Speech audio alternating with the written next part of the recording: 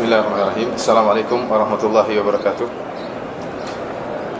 Innal hamdalillah nahmaduhu wa nasta'inuhu wa nastaghfiruhu wa natubu ilaihi wa na'udzu billahi min shururi anfusina wa sayyiati a'malina may yahdihillahu fala mudilla lahu wa may yudlil fala hadiyalah. Wa asyhadu an la ilaha illallah wahdahu la syarika lah wa asyhadu anna Muhammadan abduhu wa rasuluhu la nabiyya ba'dah.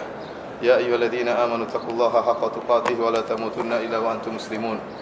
فإن أصدق الحديث كتاب الله وخير الهدى هدى محمد صلى الله عليه وسلم شر الأمور محدثاتها وكل محدثة بدعة وكل بدعة ضلالة وكل ضلالة في النار. Para hadirin, para jamaah umrah, tamu-tamu Allah yang dirahmati oleh Allah Subhanahu wa taala.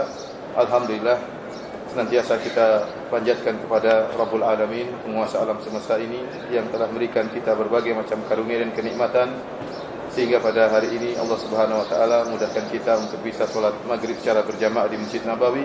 Semoga salat kita diterima oleh Allah Subhanahu wa taala. Salawat dan salam tercurahkan senantiasa kepada Nabi kita Muhammad sallallahu alaihi wasallam dan juga kepada keluarganya serta seluruh sahabat beliau tanpa terkecuali. Insyaallah mulai malam hari ini kita akan membahas tentang sirah nabawiyah, tentang sirah Nabi sallallahu alaihi wasallam yang merupakan pembahasan yang sangat penting berkaitan tentang orang yang harus lebih kita cintai, yaitu Rasulullah sallallahu alaihi wasallam. Harus kita lebih cintai daripada ayah kita, daripada ibu kita, dan daripada anak-anak kita, bahkan daripada diri kita sendiri. Sebagaimana dalam hadis Rasulullah sallallahu alaihi wasallam bersabda, la yu'minu ahadukum hatta akuna ahabba ilaihi min waladihi wa walidihi wan nasi ajma'in. Tidaklah beriman salah seorang dari kalian sampai aku lebih dia cintai daripada orang tuanya, daripada anak-anaknya, dan daripada seluruh manusia. Suatu saat Rasulullah SAW tatkala bertemu dengan Umar bin Khattab radhiyallahu taala anhu, maka Umar berkata kepada Nabi, "Ya Rasulullah, la anta ahabbu ilayya min kulli syai'in illa min nafsi." Wahai Rasulullah, engkau adalah orang yang paling aku cintai lebih dari semuanya kecuali diriku. Maka kata Rasulullah SAW, "La ya Umar, belum ya Umar, hatta akuna ahabba ilaika min nafsik, sampai aku lebih kau cintai daripada dirimu sendiri." Maka Umar berkata, "Al-an ya Rasulullah, la anta ahabbu ilayya hatta min nafsi." Sekarang Rasulullah, engkau lebih aku cintai daripada diriku sendiri. Tentunya kita tidak mungkin bisa mencintai Nabi sallallahu alaihi wasallam dengan cinta yang benar kecuali kita mengenal siapa Nabi sallallahu alaihi wasallam. Sebagaimana perkataan orang, tak kenal maka tak sayang. Seorang harus mengenal siapa Nabi sallallahu alaihi wasallam, bagaimana sifat-sifatnya, bagaimana perjuangan Nabi sallallahu alaihi wasallam, dan bagaimana pengorbanan beliau, dan bagaimana petuah-petuah beliau. Dan itu insyaallah kita dapatkan tatkala kita mempelajari sejarah Nabi sallallahu alaihi wasallam. Para hadirin yang dirahmati oleh Allah Subhanahu wa taala, pada pertemuan kita yang pertama ini saya akan memberi muqaddimah, pembukaan tentang sirah Nabi, yaitu tentang pentingnya kita belajar sirah Nabi sallallahu alaihi wasallam. Pentingnya kita belajar sirah Nabi sallallahu alaihi wasallam. Kenapa? Karena para salaf dahulu mereka mengkhususkan waktu mereka untuk pelajari sirah Nabi sallallahu alaihi wasallam. Dinukil dari mereka perkataan-perkataan mereka yang menunjukkan akan hal tersebut.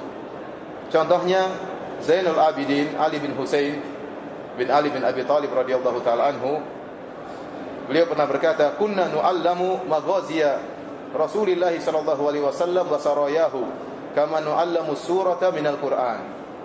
Jadi kata Ali Zainal Abidin, yaitu anaknya Husain, cucunya Ali, anaknya Husain yang dikenal dengan Zainul Abidin. Beliau berkata, kami diajari sirah Nabi sallallahu alaihi wasallam, tentang peperangan Nabi sallallahu alaihi wasallam, sebagaimana kami diajari surat dalam Al-Qur'an.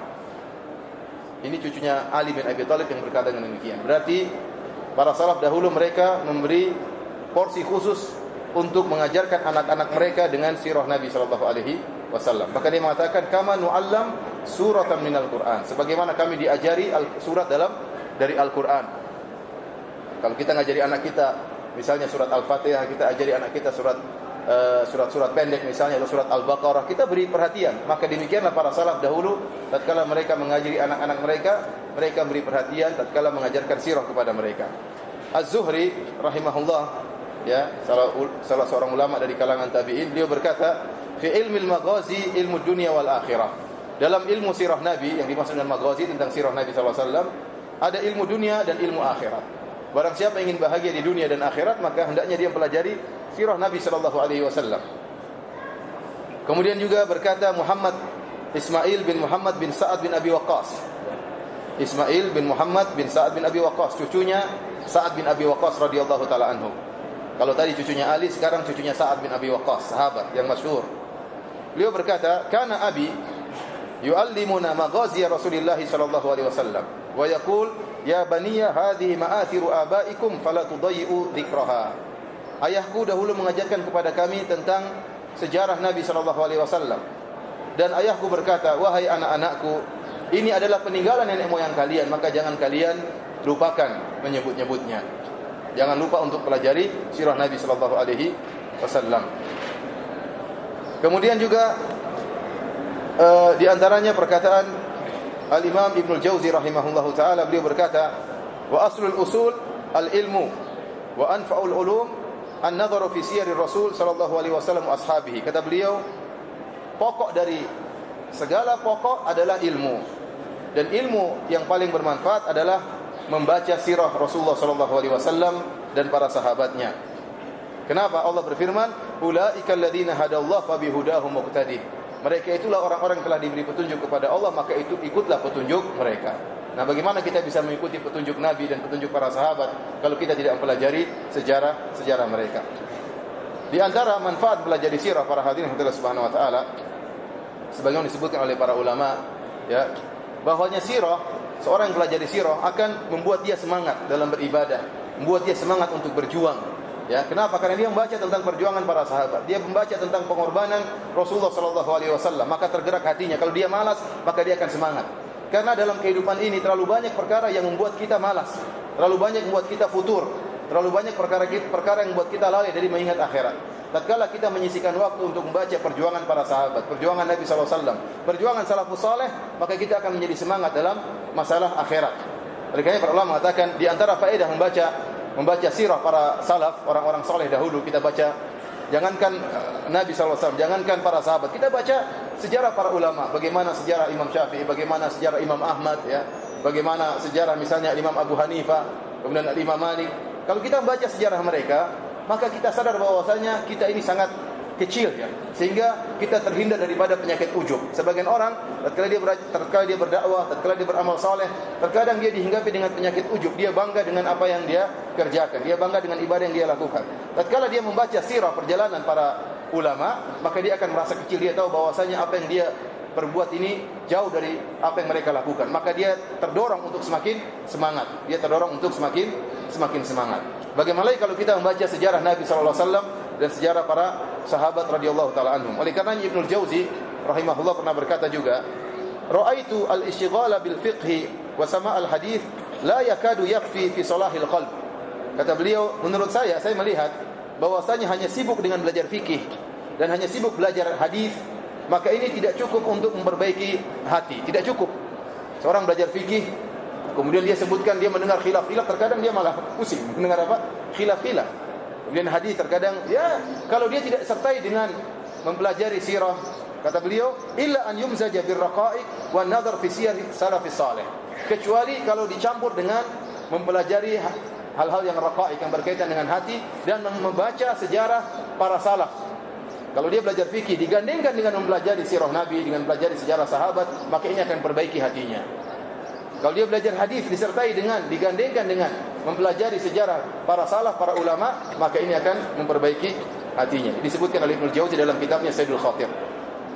Oleh karenanya para hadirin Allah Subhanahu wa taala, para sahabat dahulu di antaranya Ibnu Abbas radhiyallahu taala anhuma mengkhususkan majlis untuk mengajarkan sirah Nabi sallallahu alaihi wasallam. Ya, sebagaimana perkataan Ubaidillah bin Utbah, dia mensifatkan tentang majelisnya Ibnu Abbas. Beliau berkata, "Laqad kunna nahduru indahu fayuhaddithuna al-ashiyata kullaha fil maghazi." Kami menghadiri majelis Ibnu Abbas radhiyallahu taala anhuma, maka ya satu waktu sore dia menghabiskan waktu sore secara penuh sampai malam untuk mengajarkan sirah Nabi sallallahu alaihi wasallam. Ini menunjukkan perhatian Ibnu Abbas terhadap sirah Nabi sallallahu alaihi wasallam. Baik para hadirin yang dirahmati oleh Allah Subhanahu wa taala, sirah Nabi Muhammad sallallahu alaihi wasallam memiliki keistimewaan yang disebutkan oleh para ulama, berbeda dengan sejarah-sejarah tokoh-tokoh yang lain. Di antara keistimewaan sirah Nabi SAW atau sejarah Nabi Muhammad SAW yang disebut oleh para ulama, yang pertama, dia adalah sirah yang paling sahih.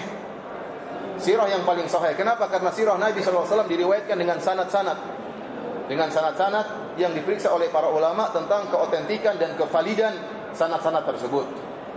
Berbeda kalau kita mempelajari tokoh-tokoh terdahulu.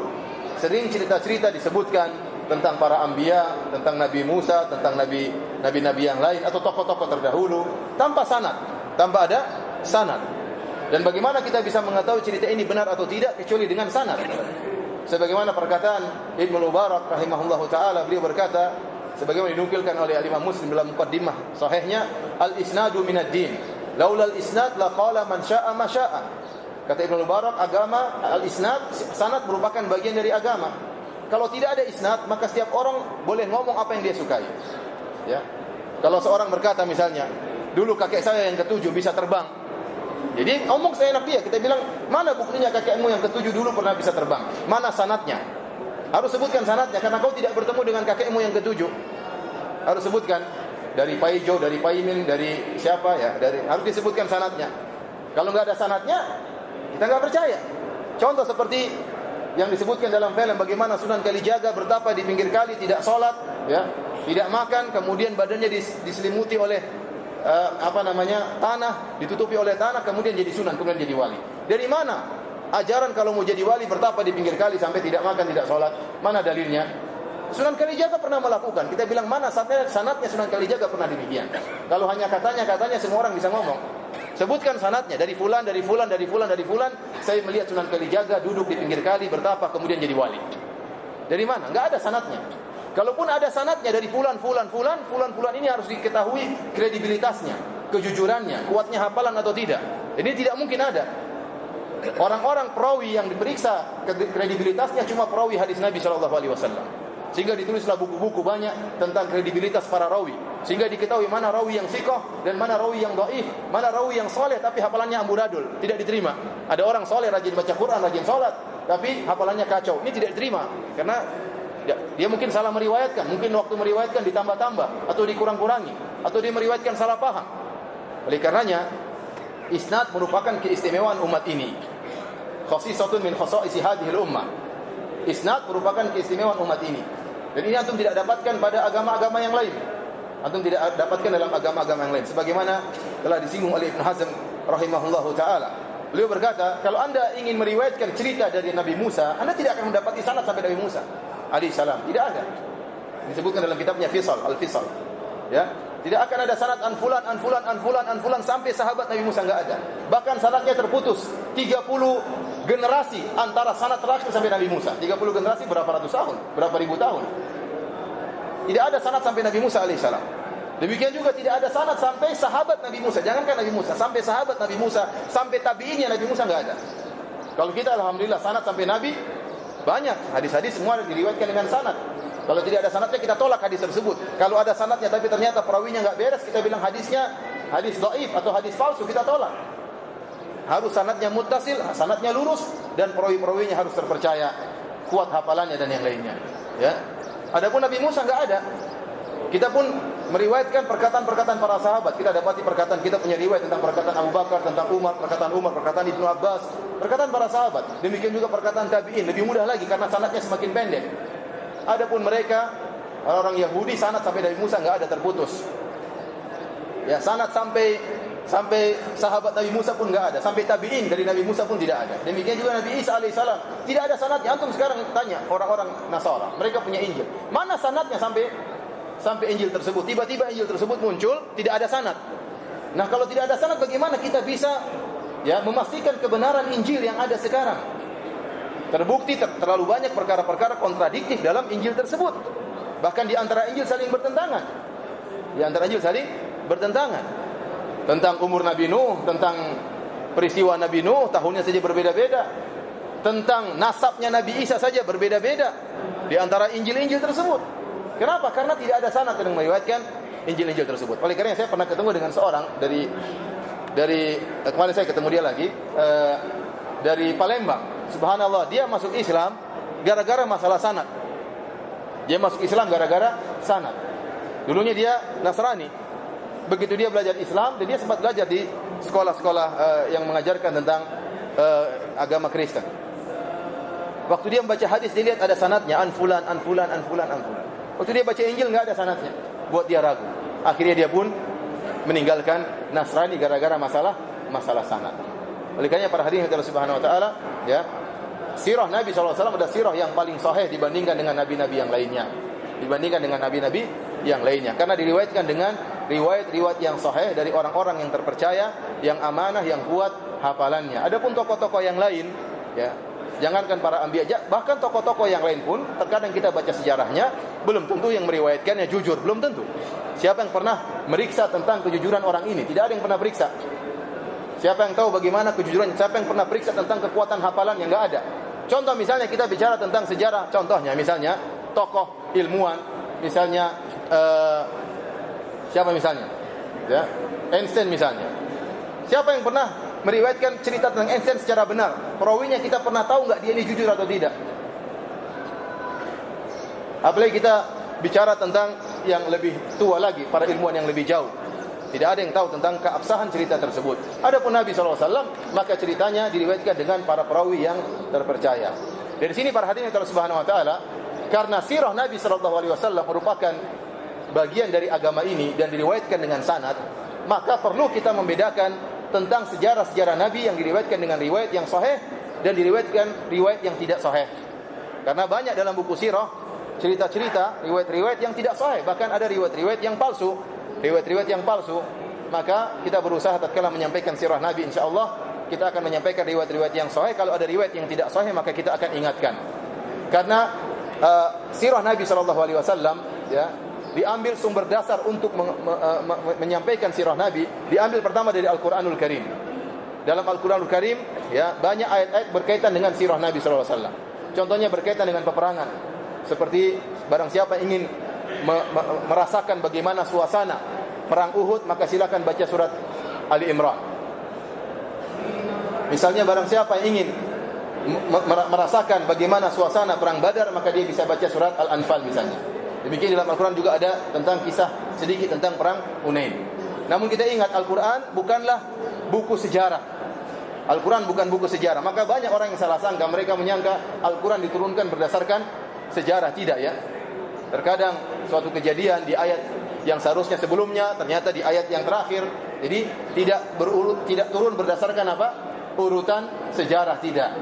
Tapi Al-Quran adalah kitab hukum yang memberi petunjuk kepada umat manusia, dan dia bukan ditulis bukan sebagai kitab sejarah, maksud saya kitab yang diturunkan secara urutan waktu, tidak.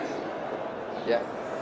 Oleh karenanya misalnya dalam ayat terkadang kejadian yang sesudahnya malah datang pada ayat yang kejadian yang sebelumnya, maka justru datang pada ayat yang setelahnya. Ya. Oleh karenanya kalau ingin belajar sirah dari Al-Quran, maka harus mempelajari, ya, misalnya asbabun nuzul dan juga tafsir daripada ayat-ayat tersebut. Kemudian setelah itu, setelah Al-Quran, di antara sumber untuk pelajari sirah Nabi adalah kitab-kitab hadis seperti Sahih Bukhari dan Sahih Muslim. Demikian juga Kutubus Sittah, kemudian Musnad Imam Ahmad misalnya, dan kitab-kitab musnad yang lainnya. Dan sekali lagi, ya, kitab-kitab hadis tersebut juga bukan kitab sejarah. Maka penyusunannya bukan berdasarkan tasalsul waktu, bukan tasalsul zamani, bukan urutan waktu. Tetapi buku-buku hadis tersebut ada yang disusun berdasarkan para sahabat, seperti Musnad Imam Ahmad. Satu sahabat dikumpulkan seluruh hadis berdasarkan sahabat tersebut, atau berdasarkan al-ahkamul fiqhiyah, ya, seperti buku-buku sunan. Dimulai dari kitab Thaharah, hadis-hadis yang berkaitan dengan kitab Thaharah, berkaitan dengan sampai yang berkaitan dengan iman, berkaitan dengan perang-peperangan misalnya. Namun di situ ada hadis-hadis yang sahih yang merupakan sumber dari sirah. Oleh karenanya sangat penting kita kembali kepada buku-buku yang ditulis khusus tentang sirah, seperti Maghazi Musa bin Uqbah, kemudian juga seperti sirahnya Ibnu Ishaq, demikian juga Maghazi Al-Waqidi. Ini antara buku-buku yang khusus tentang sirah dan dituliskan secara berurutan. Namun kekuatan buku-buku sirah ini kurang kuat, ya, karena sanad-sanadnya tidak sekuat yang terdapat dalam Sahih Bukhari dan Sahih Muslim dan kitab-kitab sunnah seperti Sunan Abi Daud, Sunan Ibnu Majah, Sunan Tirmidzi, ya, dan buku-buku hadis yang lainnya. Tetapi saling melengkapi. Para hadirin Allah Subhanahu wa taala, para ulama menyatakan boleh kita menyampaikan hadis dhaif berkaitan dengan sirah, boleh. Kalau ternyata hadis dhaif tersebut tidak berkaitan dengan hukum dan akidah, enggak jadi masalah. Karena kalau kita mengajarkan sirah hanya hadis-hadis yang sahih, ada bagian dari sejarah yang hilang. Oleh karenanya ada yang tidak lengkap, misalnya kehidupan Nabi SAW tahu-tahu loncat pada tahun keberapa, ada bagian yang tidak lengkap. Bagian yang tidak lengkap ini terkadang kita lengkapi dengan hadis-hadis yang tidak sampai pada derajat sahih selama dia tidak berkaitan dengan hukum dan masalah akidah. Tapi kalau berkaitan dengan hukum dan akidah, maka harus dari hadis yang sahih. Ini di antara keistimewaan sirah Nabi, bahwasanya sirah Nabi SAW adalah diriwayatkan dari sanad-sanad yang sahih. Tapi para hadirin yang dirahmati oleh Allah Subhanahu wa taala, di antara keistimewaan sirah Nabi SAW dibandingkan dengan sejarah nabi-nabi yang lain, ya, maka kita dapati sirah Nabi adalah sirah yang lengkap. Sirah yang lengkap. Bahkan dari sebelum Nabi lahir sudah ada sejarah tentang sebelum Nabi lahir sallallahu alaihi wasallam. Kemudian Nabi sallallahu alaihi wasallam waktu lahir bagaimana? Kemudian masa kecilnya bagaimana? Waktu ayahnya meninggal, waktu ibunya meninggal, kemudian dipelihara oleh siapa? Ya. Lengkap sejarah Nabi sallallahu alaihi wasallam. Kemudian tatkala dia dewasa, kemudian tatkala dia menikah, kemudian tatkala dia mulai berdakwah, kemudian lengkap sejarahnya sampai tatkala dia meninggal. Lengkap sejarahnya. Dan ini tidak kita dapati dalam kisah-kisah nabi-nabi yang lain. Antum kalau baca kisah Nabi Musa, maka tidak tahu masa kecilnya seperti apa, tidak ada yang tahu. Tahu-tahu dipelihara oleh Firaun, tahu-tahu udah gede, cerita berikutnya dia udah gede. Bagaimana masa kecilnya, bagaimana kegiatan dia tidak ada. Ya, kemudian waktu dia mendakwahi Firaun, kemudian terputus hanya cuplikan-cuplikan dari sejarah Nabi Musa alaihissalam. Demikian juga kalau antum pelajari sejarah Nabi Isa, hanya cuplikan-cuplikan masa kecilnya seperti apa. Benar, dia dilahirkan tanpa ayah oleh Maryam. Kemudian bagaimana perkembangan dia waktu masih kecil sampai dewasa sebelum jadi nabi, sebelum dinobatkan oleh nabi, diangkat oleh Allah sebagai nabi, tidak tahu ceritanya seperti apa. Tidak tahu seperti apa. Oleh karenanya sejarah yang lengkap dari awal sampai akhir dari para nabi cumalah Nabi Muhammad sallallahu alaihi wasallam. Apalagi kalau kita bicara tentang Nabi Nuh, Nabi Ibrahim, ya tidak ada yang lengkap. Tidak ada yang lengkap seperti sejarah Nabi Muhammad sallallahu alaihi wasallam.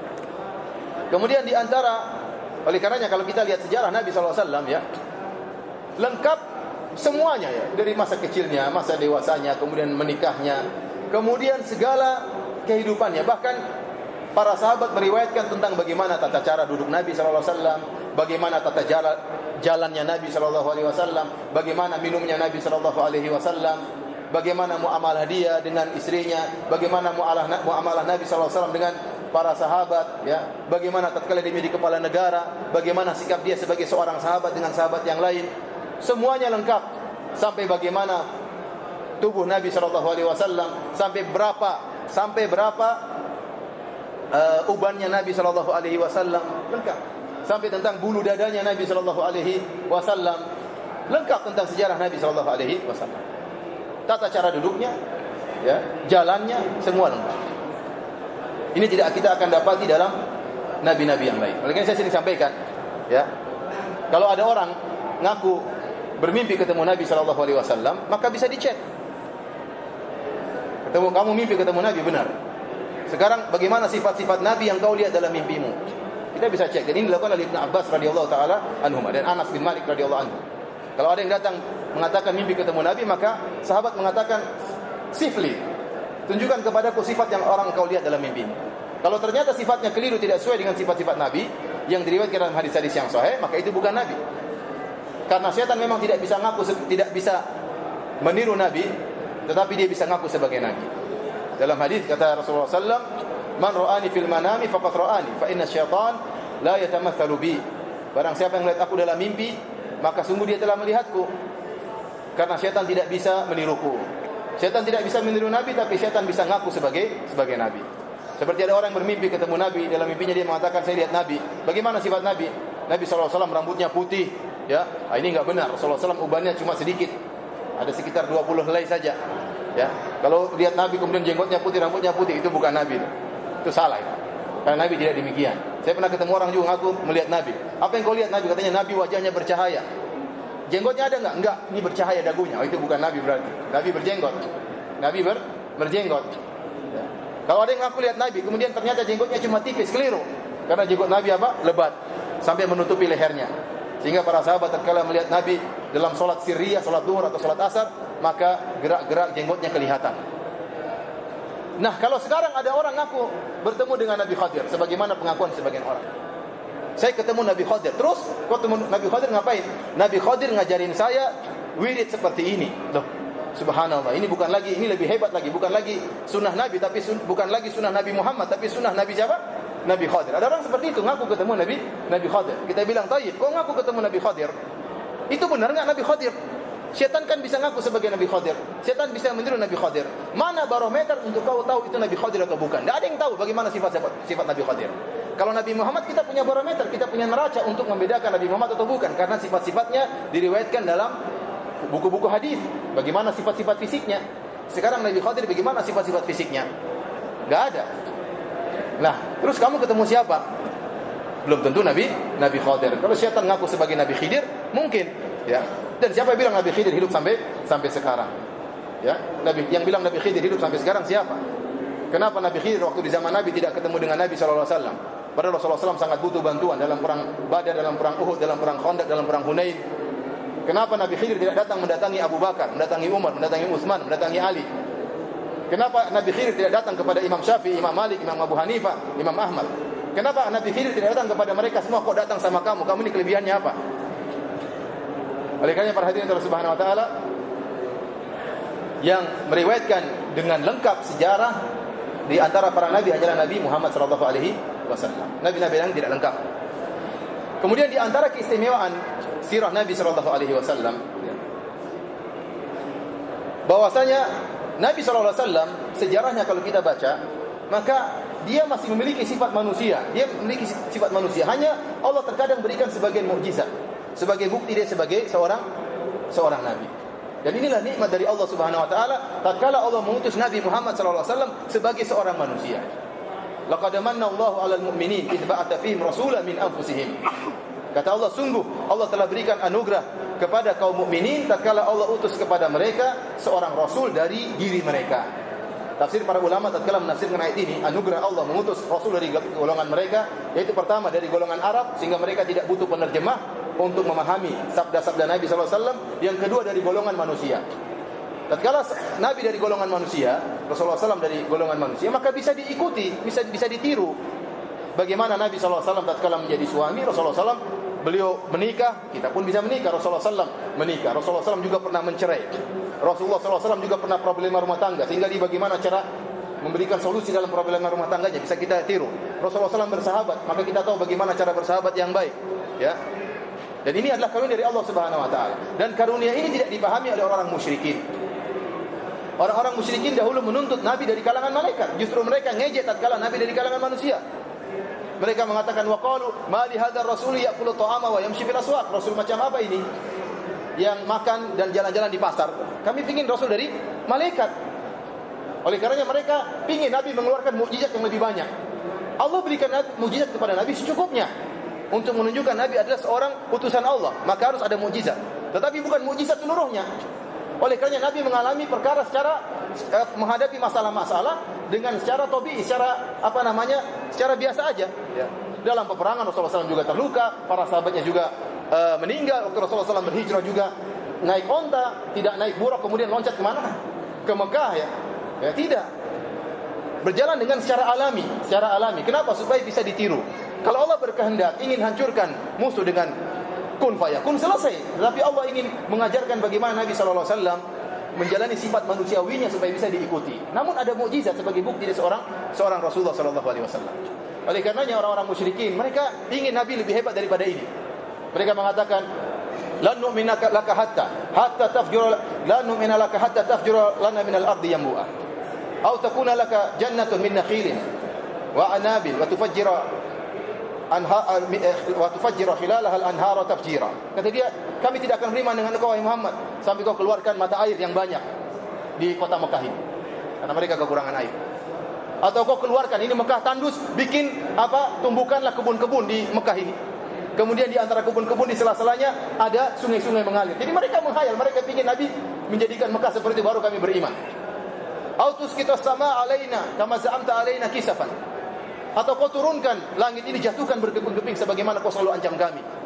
Au ta'tiya billahi wal malaikati qabila. Atau kau datangkan Allah dan malaikat berhadapan-hadapan. Datangkan malaikat, kalau kau rasul datangkan Allah. Kita ingin ketemu. Kita ingin ketemu. Au yakuna laka baitun min zukhrufin. Atau kau punya rumah dari emas. Aw tarqa fis sama' wa la nu'mina liruqiyyaka hatta tunazzila alaina kitaban naqra'uh. Kata mereka, atau kau punya rumah dari emas, atau kau naik ke langit, kami lihat kau naik di atas langit. Setelah sampai di langit, bawa itu kitab turun dari langit. Kemudian kita baca. Kata Rasulullah SAW, hal kuntu illa basyarar rasulah. Saya hanya manusia. Jadi mereka nuntut lebih daripada itu. Sudah dikasih mukjizat, ya, tapi mereka ingin lebih daripada itu. Oleh karenanya Allah Subhanahu wa taala menyebutkan, ya, kebanyakan manusia tidak beriman kecuali mereka berkata, aba'atsallahu basyarar rasulah. Kenapa Allah mengutus rasul dari kalangan manusia? Mereka ingin rasul dari kalangan malaikat. Justru diutusnya Nabi Muhammad sallallahu alaihi wasallam, seorang rasul dari kalangan manusia, itu adalah anugerah. Makanya Allah mengatakan tadi, laqad manallahu 'alal mu'minin. Sungguh Allah telah memberikan anugerah kepada kaum mukminin tatkala mengutus seorang rasul dari golongan mereka. Ya. Berbeda kalau kita bicara tentang Buddha. Buddha gimana? Ya, katanya Tuhan. Ya, berbeda dengan Nabi Isa alaihissalam, katanya Tuhan. Ya, repot. Kita mau niru Tuhan kan nggak boleh, niru Tuhan.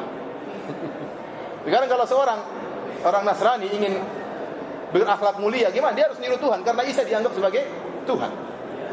Ya, tidak bisa seperti ini. Ini bukan contoh yang baik bagi mereka. Ya. Kalau niru Tuhan kan gawat. Tuhan nggak boleh ditiru, ya. Kalau Tuhan ditiru syirik nanti. Buddha juga dianggap sebagai apa? Sebagai Tuhan. Dan kalau antum baca tentang cerita-cerita wasiat-wasiat Buddha, ya susah untuk antum ikuti. Ya. Saya ketemu dengan sebagian orang Buddha atau orang Hindu. Gimana kamu bisa mengamalkan ajaranmu? Kata dia, wah enggak bisa. Kalau kita harus mengamalkan ajaran Hindu atau ajaran Buddha, kita harus tinggalkan dunia ini. Kenapa? Agama mereka tidak realistis. Ya, tidak realistis. Islam tidak. Islam ada aturan tentang dunia. Lengkap. Sebagaimana ada aturan tentang akhirat. Bukan agama khayalan yang kemudian menafikan dunia, ya, senafi-nafinya. Tidak. Tapi ada aturannya, aturan berkeluarga, aturan bersahabat dan yang lainnya. Tapi para hadirin Allah Subhanahu wa taala, di antara keistimewaan sirah Nabi sallallahu alaihi wasallam, ya, Nabi sallallahu alaihi wasallam adalah teladan dalam segala hal. Kita dapati manusia, ya, kebanyakan mereka unggul dalam satu bidang namun terbelakang dalam bidang yang lain. Ada orang jago matematika, iya, tapi dia belum tentu jago kimia. Ada orang jago, ya, bikin pesawat, tapi belum tentu dia bisa memperbaiki televisi yang rusak misalnya. Jadi seperti itu manusia, tidak ada yang unggul dalam segala hal. Ada orang badannya kuat tapi otaknya bahlul misalnya, ada. Ada orang otaknya cerdas tapi badannya kurus kerempeng misalnya, ada. Ya. Jadi tidak dalam segala hal. Ya. Ada orang cerdas tapi penakut, ada orang pemberani namun goblok, ya, ada macam-macam. Tapi Nabi SAW adalah teladan dalam segala hal. Teladan dalam segala hal. Kalau antum ingin mengambil contoh tentang kepala negara yang terbaik, maka contohilah Rasulullah SAW. Antum ingin mengambil contoh suami yang terbaik, maka contohilah Rasulullah SAW. Dia seorang suami yang terbaik. Dan dia mengatakan, wa ana khairukum li ahli. Aku adalah suami yang terbaik bagi istriku. Kalau antum ingin mencontohi sahabat yang terbaik, lihatlah Nabi SAW. Bagaimana muamalah dia dengan Abu Bakar, dengan sahabat dekatnya maupun sahabat-sahabat yang lain. Dialah sahabat yang terbaik. Kalau antum ingin mengambil contoh guru yang terbaik, dialah Rasulullah SAW. Antum ingin mengambil contoh tentang seorang ayah yang terbaik, dialah Rasulullah SAW. Dalam segala hal beliau adalah teladan yang terbaik karena beliau unggul dalam segala hal. Dan ini tidak antum akan dapatkan dalam nabi-nabi yang lain. Kalau antum ingin lihat orang Nasrani bagaimana menjadi kepala negara yang terbaik, mereka tidak ada contohnya. Nabi Isa tidak pernah jadi kepala negara, bahkan ingin disalib dan ingin dibunuh oleh orang-orang Romawi bekerja sama dengan orang Yahudi. Kalau antum ingin tanya kepada orang Nasara bagaimana jadi suami yang terbaik, tidak ada riwayat tentang Nabi Isa jadi suami yang terbaik. Apakah dia nikah, apakah dia punya anak, mana dalilnya dalam kitab-kitab Injil? Tidak ada. Tidak ada, ya. Oleh karena para hadirin Subhanahu wa taala, yang lengkap dan teladan dalam segala hal adalah Rasulullah sallallahu alaihi wasallam. Oleh karenanya para hadirin, tatkala kita berbicara tentang sirah Nabi sallallahu alaihi wasallam, kita sedang berbicara tentang orang yang terbaik yang pernah ada di alam semesta ini. Yang Rasulullah SAW bersabda, "Ana sayyidu waladi Adam yaumal qiyamati wala fakhr." Aku adalah pemimpin seluruh anak Adam. Dari zaman Nabi Adam sampai hari kiamat, seluruh manusia pimpinannya adalah Nabi sallallahu alaihi wasallam. Pada hari kiamat kelak, dan aku tidak sombong. Kita berbicara tentang sirah seorang nabi, sejarah seorang nabi yang pintu surga tidak akan terbuka kecuali yang mengetuknya Nabi sallallahu alaihi wasallam. Nabi-nabi yang lain tidak boleh masuk surga dulu kecuali setelah nabi yang mengetuknya. Kita sedang berbicara tentang sejarah seorang nabi yang Allah tidak akan memulai hisab manusia pada hari kiamat di padang mahsyar kecuali setelah Rasulullah SAW beri syafaat. Kita berbicara tentang sejarah seorang nabi yang manusia akan kehausan dan tidak akan hilang rasa hausnya kecuali setelah mereka meneguk air dari telaga Rasulullah SAW. Kita berbicara tentang sejarah seorang yang pintu langit dibukakan untuk menyambut Nabi SAW menembus langit sampai langit ke-7 bertemu dengan Allah tatkala dalam peristiwa Isra Mi'raj. Ya, sejarah seorang yang sangat hebat. Oleh karenanya sebagian ulama mengingkari buku yang menulis tentang 100 tokoh yang paling berpengaruh di dunia ini. Kemudian meskipun disebutkan Nabi SAW adalah nomor 1, namun sebagian ulama mengingkari, kata para ulama ini tidak pantas Nabi digandengkan dengan orang-orang tersebut. Ya, tidak pantas. Tidak pantas. Karena mereka hanya unggul dalam sebagian hal. Adapun Nabi SAW unggul dalam segala hal. Dalam kecerdasan juga Nabi SAW sangat cerdas. Oleh karena para hadirin Allah Subhanahu wa taala, sirah Nabi adalah sirah sejarah seorang yang unggul dalam segala hal, dan ini tidak kita temukan dalam sejarah tokoh-tokoh yang lainnya. Dari sini para hadirin Allah Subhanahu wa taala sangat jelas tentang keutamaan atau pentingnya kita mempelajari sirah Nabi sallallahu alaihi wasallam. Kita bisa simpulkan dalam beberapa poin tentang keutamaan mempelajari sirah Nabi sallallahu alaihi wasallam. Yang pertama, bahwasanya kita tahu sejarah Nabi bagian daripada agama. Dan Allah Subhanahu wa taala menyuruh kita untuk mencontohi Nabi sallallahu alaihi wasallam. Laqad kana lakum fi Rasulillahi uswatun hasanah. Kata Allah, sungguh pada diri Rasulullah SAW ada contoh yang terbaik. Maka bagaimana kita bisa mencontohi contoh tersebut? Tidak bisa kita mencontohi Nabi dengan sempurna kecuali kita mempelajari sirah Nabi sallallahu alaihi wasallam. Ya. Sekarang Allah suruh kita mencontohi Nabi. Nah, bagaimana kita contoh Nabi? Ya, kita harus belajar tentang siapa Nabi ini. Bagaimana sifat-sifatnya, bagaimana akhlaknya, bagaimana perangainya, bagaimana sikapnya terhadap musuhnya, bagaimana sikapnya terhadap sahabatnya, terhadap istrinya, kita harus pelajari. Maka dengan demikian kita tidak bisa sempurna melaksanakan perintah Allah untuk mencontohi Nabi kecuali dengan pelajari sirah Nabi sallallahu alaihi wasallam. Kemudian di antara pentingnya kita mempelajari sirah Nabi, tadi telah kita singgung, yang kedua yaitu bahwasanya sirah Nabi adalah sirah perjalanan hidup orang yang paling hebat yang pernah menginjakkan kakinya di atas muka bumi. Yang dia unggul dalam segala hal, yang dia merupakan teladan dalam segala hal. Kemudian di antara keutamaan pentingnya pelajari sirah yaitu karena Rasulullah SAW menyuruh kita untuk mencintai Nabi lebih daripada yang lainnya. Dan sebagaimana tadi setelah saya sebutkan di awal pengajian, pepatah mengatakan tak kenal maka tak sayang. Maka bagaimana seorang bisa menyayangi Nabi sallallahu alaihi wasallam, mencintai Nabi dengan cinta yang sebenarnya kalau dia tidak kenal Nabi sallallahu alaihi wasallam. Kalau dia tidak mengenal Nabi sallallahu alaihi wasallam. Dan ini buktinya banyak orang yang tidak tahu sejarah Nabi sallallahu alaihi wasallam. Kita lihat anak-anak muda kaum muslimin sekarang. Kalau antum tanya kamu cinta kepada Nabi, dia akan bilang cinta kepada Nabi. Tapi buktinya mana? Ya, tidak ada buktinya. Kenapa? Karena mereka tidak tahu sunnah-sunnah Nabi. Tapi kalau Anda tanya tentang bagaimana biografi artis-artis, para penyanyi, mereka hafal. Ya. Anak-anak muda sekarang mereka hafal benar tentang biografi para penyanyi, bahkan orang-orang kafir. Bagaimana penyanyi-penyanyi kafir, bagaimana sejarahnya. Pemain-pemain bola juga mereka hafal sejarahnya. Kemudian mereka tempel poster pemain penyanyi-penyanyi tersebut. Mereka tempelkan poster tersebut. Apa yang dilakukan oleh penyanyi tersebut ditiru. Kenapa? Karena itu adalah bukti dari cinta. Dan benar, kalau orang cinta, dia akan mengikuti yang dicintai. Benar atau tidak? Benar. Dia cinta sama seorang lain, dia akan meniru orang tersebut. Oleh karenanya lihat seperti orang yang mencintai penyanyi kafir, gaya rambutnya dia ikuti, celananya dia ikuti. Kalau ada robek sebelah kanan di lututnya, dia ikut robek, merobekkan celananya sebelah kanan. Kalau ada tatonya sebelah kanan, dia ikut ada tatonya. Ya. Kalau rambutnya merah sebelah kiri, dia ikuti seluruhnya gayanya. Ya, mungkin kalungnya dia ikuti, mungkin kalau penyanyi tersebut pakai anting-anting, dia ikut pakai anting-anting. Bahkan bukan cuma itu, dia hafal sabda-sabda dan hadis-hadis dari penyanyi tersebut. Dia hafal semuanya. Kapan-kapan bisa dia riwayatkan perkataan dari penyanyi tersebut yang isinya cinta-cinta dan terkadang tentang wanita dan macam-macamnya, sehingga jadilah para pemuda yang lemah gemulai dan sangat mudah jatuh cinta dan terbuai dengan gelombang cinta dan gelombang-gelombang yang lainnya. Kenapa? Yang dia hafalkan sabda Nabi seperti itu. Bukan sabda Nabi, sabda para penyanyi tersebut. Nah, kalau kita bilang kamu cinta sama Nabi, iya cinta, mana buktinya? Dia enggak bisa membuktikan cintanya. Kenapa? Dia tidak tahu sunnah-sunnah Nabi sallallahu alaihi wasallam. Dia tidak pernah belajar tentang sirah Nabi sallallahu alaihi wasallam. Ditanya bapaknya Nabi siapa namanya, ibunya Nabi, tidak tahu. Rasulullah SAW waktu kecil dipelihara oleh siapa tidak tahu. Sahabat Nabi siapa saja tidak tahu.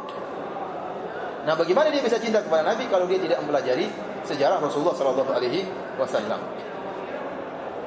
Kemudian para hadirin, di antara manfaat dari mempelajari atau pentingnya belajar sirah Nabi, kita tahu bagaimana mengungkapkan cinta kita kepada Nabi. Karena sebagian orang ada yang mengaku cinta kepada Nabi, namun berlebih-lebihan dalam cinta kepada Nabi SAW, sehingga mengangkat derajat Nabi lebih daripada derajat manusiawinya, sampai pada derajat ketuhanan. Ya. Dan cara mengungkapkan cinta kepada Nabi salah. Seharusnya kalau kita cinta kepada Nabi, konsekuensinya kita ikuti seluruh apa yang diajarkan oleh Nabi. Kita ikuti sunnah-sunnah Nabi. Ini buktinya bahwasanya kita cinta kepada Nabi. Sebagian orang ngaku cinta kepada Nabi, namun dia tidak ikut sunnah Nabi, dia bikin sunnah-sunnah sendiri. Justru orang yang mengikuti sunnah Nabi dituduh tidak cinta sama Nabi. Maka ini saya lihat perkara yang aneh, terbolak-balik. Orang-orang yang menjalankan sunnah Nabi, tidak mau gerak kecuali dengan sunnah Nabi, dituduh tidak cinta kepada Nabi. Terus kamu cinta kepada Nabi, ya saya cinta. Buktinya apa? Bikin sunnah-sunnah baru yang bukan ajaran Rasulullah SAW, yang tidak pernah dikerjakan oleh Nabi dan para sahabat. Ini cara yang salah dalam mengungkapkan cinta kepada Nabi SAW. Yang kedua, sebagian mereka mengangkat derajat Nabi lebih, seperti ada yang mengatakan Rasulullah SAW ilmu gaib. Seperti perkataan sebagian mereka, wa inna min judika dunya wa darataha, wa min ulumika ilmal lawhi wal qalam. Kata dia, di antara kedermawanan wahai Rasulullah SAW, yaitu dunia dan akhirat. Sebagai ulama membantah syair ini. Kalau ternyata di antara kedermawanan Nabi adalah dunia dan akhirat, terus yang buat Nabi yang dari Allah yang mana? Kalau dunia dan akhirat dari Nabi sallallahu alaihi wasallam. Wa inna min ulumika ilmal lauhi wal qalam. Dan di antara ilmu wahai Muhammad adalah ilmu lauhil mahfuz. Ini tidak benar. Bagi Nabi tidak tahu takdir Allah Subhanahu wa taala. Jangankan Nabi, malaikat pun tidak tahu. Seluruh yang tertulis di lauhil mahfuz yang tahu hanyalah Allah Subhanahu wa taala. Ya. Dan ini bentuk mencintai Nabi namun berlebih-lebihan. Kita lanjutkan poin berikutnya adalah tentang kenapa Allah Subhanahu wa taala mengutus Nabi sallallahu alaihi wasallam di Jaziratul Arab. Kenapa tidak diutus di Pulau Jawa? Kenapa? Kenapa tidak diutus di Maluku misalnya? Kenapa tidak diutus di Eropa? Ini sebagian ulama mulai membahas tentang masalah ini. Sebagian orang ada yang mengatakan, "Ustaz, karena apa? Karena orang Arab itu sangat bejat ya, Ustaz." Makanya diutusnya Nabi di orang yang paling bejat ya, yaitu orang-orang Arab. Kita bilang memang benar ya. Memang benar bahwasanya orang-orang Arab dahulu ya banyak kekurangan ya, banyak kemungkaran yang mereka lakukan, namun mereka juga memiliki kebaikan-kebaikan yang banyak. Dan insyaallah pada pertemuan besok kita akan bahas tentang kondisi masyarakat secara umum, baik orang-orang Romawi, orang Persia dibandingkan dengan orang-orang Arab. Bagaimana kondisi kemasyarakatan, keagamaan di Jazirah Arab sebelum Nabi sallallahu alaihi wasallam diutus. Namun secara umum, kenapa Allah Subhanahu wa taala mengutus Nabi Muhammad sallallahu alaihi wasallam di Jaziratul Arab? Sebagian ulama menyebutkan beberapa alasan, ini ijtihad dari mereka ya. Di antaranya mereka mengatakan bahwasanya Jazirah Arab adalah jazirah yang merupakan tanah bebas, tidak ada negara lain yang menguasai jazirah tersebut. Jadi Jazirah Arab waktu di zaman itu ada dua negara yang besar, yaitu negara Persia dan negara apa? Romawi. Namun kekuasaan mereka tidak sampai pada Jazirah Arab. Kenapa? Karena mereka tidak naksir sama Jazirah Arab. Ada apa di Jazirah Arab? Enggak ada, yang ada ketandusan aja, apa? Tandas tanah kering dan yang lainnya. Sehingga mereka tidak berminat untuk menguasai Jazirah Arab. Berbeda kalau Indonesia, banyak rempah-rempah dan yang lainnya. Ya. Kenapa orang Eropa ingin datang menguasai Indonesia? Karena banyak rempah-rempah. Dan sampai sekarang, ya saya kemarin ketemu teman di Belanda yang tinggal di Belanda, mereka mengatakan sampai sekarang masih perdagangan rempah-rempah masih laku di mana? Di Belanda. Jadi ada yang ingin dicari. Tatkala itu ya belum ada namanya minyak bumi, belum ada zaman tersebut, sehingga tidak ada negara-negara yang berminat untuk menguasai negara Arab. Oleh karenanya Jazirah Arab tatkala itu negeri yang bebas, tidak dikuasai oleh negara tertentu, ya. Oleh karenanya ini memudahkan untuk tersebarnya agama di negeri tersebut, karena tidak ada negara yang menguasai. Baik para hadirin yang dirahmati oleh Allah Subhanahu wa taala, di antaranya juga yang sebab kenapa Allah memilih, ini ijtihad dari ulama ya. Kenapa Allah memilih Jazirah Arab sebagai tempat tersebarnya risalah Muhammadiyah, diutusnya Nabi sallallahu alaihi wasallam? Karena di Jazirah Arab tidak ada agama yang satu. Tidak ada agama yang satu. Kalau Romawi misalnya agama Nasrani ya. Kalau Persia agama Majusi. satu model agamanya. Kalau Arab, ya, agamanya bermacam-macam tatkala itu. Ada yang menyembah malaikat, ada, ya. Ada yang misalnya menyembah ruh-ruh, ada. Ada yang menyembah patung-patung, ada. Ada yang Yahudi, ada yang Nasrani, ada. Agamanya macam-macam. Tatkala agamanya macam-macam, tidak kuat persatuan. Beda kalau agamanya satu, ini susah untuk diterobos oleh Nabi SAW. Ini secara logika, kalau agamanya satu, sulit untuk apa? Diterobos. Berbeda kalau agamanya macam-macam, sehingga tidak ada kekuatan yang kuat di antara mereka, karena tali ikatan yang paling kuat adalah tali agama. Meskipun kebanyakan mereka menyembah berhala, ternyata berhalanya pun bermacam-macam. Setiap kota ada berhalanya yang mereka banggakan. Di Mekah ada Hubal, ya. Di Taif ada yang lain, ya. Ada Lata kalau nggak salah, ya. Manat di kota yang lain lagi. Masing-masing kota ada tuhan-tuhan andalannya, ya. Di masing-masing kota ada tuhan-tuhan andalannya. Di Mekah saja, di sekitar Masjidil Haram ada 360 patung. Yang Rasulullah SAW tatkala Fatu Makkah, Rasulullah SAW menghancurkan patung-patung tersebut. Qad ja'al haqq wa zahaqal batil. Ya. Dihancurkan oleh Nabi SAW patung-patung tersebut. Bayangkan 360 patung, 360 sesembahan. Oleh karenanya tatkala Nabi Yusuf alaihissalam mendakwahi dua teman yang ada di penjara, Nabi Yusuf berkata, "A'arbabun mutafarriquna khairun amillahul wahidul qahhar?" Apakah tuhan-tuhan yang tercerai-berai ini lebih baik ataukah Allah yang Maha Esa, yang Maha Kuasa? Ya. Karena tuhan-tuhan tersebut tercerai-berai. Kalau ingin punya anak pergi ke Tuhan ini, kalau ingin punya rezeki ke Tuhan ini, kalau mungkin ya ingin hujan ke Tuhan yang ini, Tuhannya punya fungsi masing-masing. Jadi ini menunjukkan ya lemahnya agama mereka. Jadi meskipun kebanyakan mereka menyembah patung, toh Tuhannya bermacam-macam, sehingga tidak ada kesatuan hati di antara mereka. Dan inilah memudahkan tersebarnya Islam, karena agama mereka rapuh. Agama mereka rapuh. Di antara sebab kenapa Allah Subhanahu wa taala mengutus Nabi Muhammad SAW di Jazirah Arab, sebagaimana penjelasan sebagian ulama, yaitu ternyata Jazirah Arab bahasanya satu, bahasa Arab. Dengan begitu luas wilayahnya, bahasanya cuma satu. Sehingga kalau menjelaskan tentang Islam mudah. Orang Arab semuanya mudah untuk apa? Memahami, karena mereka semua bahasa Arab.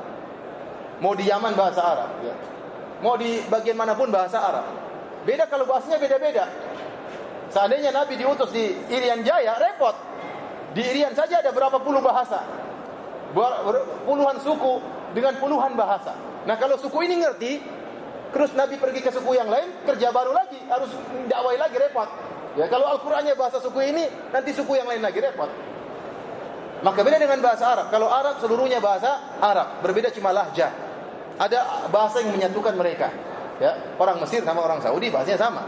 Ya, cuma lahjatnya, logatnya, dialeknya berbeda, tapi bahasanya sama.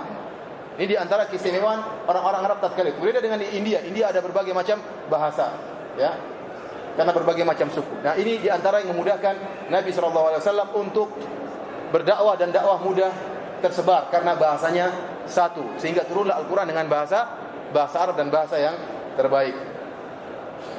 Kemudian di antara sebab ya kenapa Nabi SAW diturunkan atau diutus di Jazirah Arab, karena di Jazirah Arab yang berlaku adalah sistem kabilah, dan mereka punya ta'assub fanatik kabilah. Dan ini bermanfaat bagi Nabi SAW. Kenapa Nabi SAW waktu diutus oleh Allah Subhanahu Wa Taala, diutus dari Bani Hashim, dan Bani Hashim jumlahnya banyak, dan mereka punya rasa ta'assub. Oleh karenanya Rasulullah SAW waktu dimusuhi oleh kabilah-kabilah yang lain, mereka segan dengan Nabi. Kenapa? Karena Nabi dari nasab yang tinggi, dari Bani Hashim. Kemudian ternyata Bani Hashim meskipun tidak Islam, mereka tetap bela Nabi SAW. Di antaranya Abu Talib. Abu Talib tidak mau masuk Islam, tapi dia bela Nabi karena Nabi adalah apa? Dari kabilahnya. Nabi adalah keponakannya. Oleh karenanya waktu Nabi, kita akan ceritakan tentang peristiwa ya Hisar Syekh Abi Talib, dan kalau Rasulullah SAW diboikot sama orang-orang kafir, tidak dikasih makan tidak bisa masuk. Ternyata yang bela Nabi orang-orang kafir juga, namun dari Bani Hashim. Kenapa? Ada ta'assub yang berusaha membela Nabi SAW. Ini bermanfaat bagi Nabi SAW dalam berdakwah. Ya, kalau Nabi misalnya dari suku Indonesia kemudian dakwah di Arab, langsung dibunuh oleh orang-orang Arab tatkala itu. Namun tatkala Nabi datang dari suku Bani Hashim yang sukunya kuat, kabilahnya kuat, maka suku-suku yang lain juga tidak berani mengganggu Rasulullah SAW. Kenapa? Karena Bani Hashim pasti bela Nabi meskipun mereka kafir. Meskipun mereka kafir tatkala itu. Kemudian di antara kata para ulama yang menyebabkan Allah mengutus Nabi Muhammad SAW di Jazirah Arab. Kenapa? Karena Jazirah Arab kebanyakannya orang-orang Badui. Kebanyakannya orang-orang Badui. Dan mereka tidak berada dalam peradaban tertentu, tidak. Beda kalau seandainya Nabi diutus di orang-orang Hindu, orang-orang India. Orang-orang India repot. Ahli filsafat banyak. Kemudian orang-orang pintar banyak. Kalau Nabi ngomong mungkin dikasih filsafat macam-macam. Kemudian orang-orang tersebut sudah punya ilmu tersendiri tentang pemikiran. Orang Arab tidak, pemikirannya kosong. Ya. Kosong, tidak ada background tentang pemikiran tertentu dengan filsafat tertentu, sehingga mereka kosongan, sehingga kalau didakwai mudah. Beda kalau orang sudah punya pemikiran tertentu, kita dakwai susah. Ya. Oleh karenanya mendakwai orang-orang kampung lebih mudah daripada orang-orang liberal. Orang liberal sudah otaknya sudah kacau balau. Udah berisi filsafat macam-macam, sehingga kita dakwai dia ketawa-ketawa aja. Kenapa? Dia tidak menganggap apa yang kita sampaikan benar. Ditakwil sama dia, disimpangkan sama dia. Kalau kita bilang misalnya pentingnya misalnya menegakkan hukum Islam, bahwasanya hukum hudud perlu ditegakkan supaya orang jera. Ya, kalau orang mencuri tangannya dipotong, kalau orang misalnya membunuh maka dibunuh juga supaya tidak terjadi pembunuhan dan macam-macamnya. Mereka hanya ketawa, mereka mengatakan bahwasanya itu hukum-hukum memang benar ada dalam Al-Qur'an, dalam sunnah Nabi SAW, tapi itu hanya berlaku di zaman Nabi SAW. Karena itu berlaku cocok dengan orang-orang Badui di zaman Nabi SAW. Kalau sekarang sudah enggak cocok lagi. Ya susah kita ngomong. Kita bicara tentang ilmu waris, kata mereka itu ilmu waris, laki-laki 2 bagian daripada wanita, itu cocok di zaman orang Arab Badui sekarang. Zaman sekarang enggak cocok lagi. Semuanya ditakwil sama mereka. Nanti kita bilang kalau gitu salat itu cocok zaman Nabi, sekarang sudah enggak cocok lagi. Sekarang banyak kegiatan, banyak kerjaan. Puasa enggak cocok lagi. Kenapa? Akhirnya semuanya bisa ditakwil. Susah. Kalau orang sudah punya pemikiran terlebih dahulu, kita dakwai susah. Nah, orang-orang Arab tidak demikian. Mereka tidak dikuasai oleh negara tertentu. Mereka tidak ada filsafat-filsafat yang tersebar, filsafat Yunani tidak tersebar dalam diri mereka, sehingga tatkala Nabi SAW menyampaikan dengan fitrah mereka mudah untuk menerima. Mereka nolak karena kesombongan saja. Mereka nolak karena apa? Kesombongan dan keangkuhan. Adapun fitrah mereka terima. Beda dengan orang-orang yang sudah dicocoki dengan pemikiran-pemikiran, maka fitrah mereka rusak. Inilah kenapa di antara hikmah kata para ulama, kenapa Rasulullah SAW diutus di negara Arab. Kemudian kenapa Rasulullah SAW diutus terutama di Mekah? Karena di Mekah adalah pusat kota-kota di Jazirah Arab. Banyak orang pergi ke Mekah. Di antaranya karena kepentingan perdagangan, di situ tempat pertemuan para pedagang di kota Mekah, sehingga cocok dakwah di situ. Karena kalau pusat tersebar nanti mudah. Oleh karenanya kalau kita dakwah, kalau bisa mulai dari kota lebih baik. Mulai dari pusat kota lebih baik, karena dari kota itu pusat orang-orang pintar, pusat orang-orang cerdas, pusat kepala-kepala negara, baru kemudian ini tersebar. Tentunya di daerah-daerah juga penting. Tapi paling utama adalah pusat kota. Oleh karenanya Nabi SAW diutus di Mekah. Karena situ pusat perkumpulan orang-orang. Para pedagang berkumpul di situ. Kemudian orang-orang yang ingin beribadah juga ke situ. Kita tahu bahwasanya orang-orang jahiliyah dahulu mereka juga berhaji, mereka juga umrah.